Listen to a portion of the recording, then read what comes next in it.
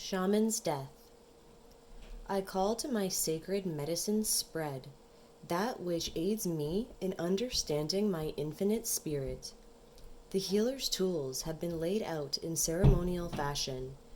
I call to the four elements and bring their essence into my sacred healing space in equal co-creation with all sentient kind.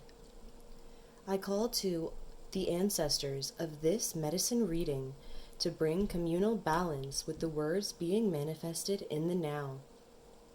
I call to the dreamers of the southern skies, our mediums to the innocence of our 7 future generations. In this shamanic moment of no time now, I co-create this communal reading for all sentient kind living on earth now. The shaman's death is the lesson of the now. It speaks of life, death, and rebirth as a cyclical process of understanding who we were and who we are now. With every death, there is a rebirth of the self. Some cyclical form, shedding of the old self requires us to look at our habit patterns of life. Many patterns lead us out of balance with our needs. Often we confuse our needs with our desires. This is the nature of the shaman's death. To see how habitual patterns create shells, we must learn to discard in this ever-evolving dance of spirit life, balanced with real life. At times, we take back old shells we discarded long ago just to feel safe and secure. This is the other teaching of the shaman's death. With the new requires new creation, so the body is involved with the whole process of self-evolution. The body is what houses the skills and all habit patterns used to function with the holographic reality, blending into our dreaming experience of belief. The temporal people of the now are the only ones who can have this experience of shedding and creating cyclical with Mother Nature. We, the people of the now, have forgotten the detailed ways of our ancestors. So many of us have been brought up on the bosom of mass media. They don't know the truth of our bare feet touching the ground without the chatter of world entertainment in earshot. The songs of the birds in the jungles, the chorus of crickets or flocks of geese speaking their sacred words as they head in seasonal directions. How do we teach our people to let go of the tit that milks their knowingness from the very breath they breathe? We do this by creating a legacy of truth that our 7 future generation ancestors can touch, feel, and know is future, now, real. To follow the sacred path of living the shaman's death daily is the greatest discipline one can teach themselves during these times of generational change. Look deep into the way you live your life. What can you do to make sacred something in your own belief system? What can you do each day to let go of fear, envy, and jealousy, or the 3 nags of shame, blame, and guilt? See how we torture ourselves with perceived debt created by others? See how you can come to a cyclical process of letting go with the best of intentions, so all that comes back to you is perfect synchronicities with great mystery. I call to Great Spirit who lives within great mystery, you who is the source of all sources. I call to you in this sacred moment of infinite reflection of who I am and what I am doing in this temporal now. I call to your wisdom so I may see the humbleness of my position within my own soul family interaction, so I may nurture all my past and future generations with the wisdom of living in the now. The red coral of the great oceans of Earth Mother have been held sacred by the indigenous people of all earth realms since the dawn of conceptual time. Red coral has been used to gauge all forms of life through the process of long-term nurturing and the lessons learned through allowing time to not affect the nature of our nourishing expression.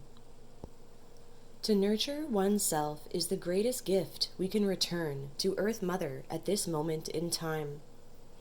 By allowing healing to be a process and not an event, we become the greatest wisdom of why red coral is the Earth Mother's blood teacher. Red coral is of Earth blood. It is the link to her sacred heartbeat we all hear deep inside the womb time, long before we go through the forgetting of the birth canal. Red coral reminds us of the infinite nurturing in the placenta of Mother's womb. It also teaches us when we leave the womb to experience. At birth, a new sacred placenta of void energy encompasses us on our life walk. This new placenta is what we make sacred through the learning of what is in our DNA, our very blood that procreates our version of life on this world. Red coral comes from the great water nurseries of life, the places the whales, dolphin, and tuna go to spawn the 7 future generations of Earth life. We all share red blood on planet Earth. It is the gift she gave us, so union and communion can exist at all levels of creating within Earth realm. Red coral of Earth's water nurseries represent the very essence of nurturing womb time. We, the generations of the now time, bear the responsibility of acting in the now. The ancestors of the past gave us our traditions, cultures, and esoteric practices for us to learn. For the future to exist in the now, we must learn how to live in balance with the ancestors of the lands we live on, be it concrete jungle, urban sprawl, or ancient forests. We are the ones who act in the now. For the future to exist, we must nurture it with the passion spark. Each person will have an individual journey back into the natural ways of life. Our former experience will color our future experience and continue to co-create until we make a clear separation of conscious application of the sacred art of our daily life walk. We all have earned the rites of passage through living on Earth. At this moment, suspended in no time, I choose to engage my natural rights as a sovereign-born being, born on Earth Mother through the natural way of the womb of a sacred feminine. I recalibrate all of my soul frequency to the natural way. By making that very choice, you have earned the rites of passage into the next level of knowingness and wisdom linked with the infinite soul. Each being on Earth seeks their own way to connect to the infinite being that they are. The process always comes to an understanding of scale and size in which our other self works at. We walk the rites of passage and we finish the old.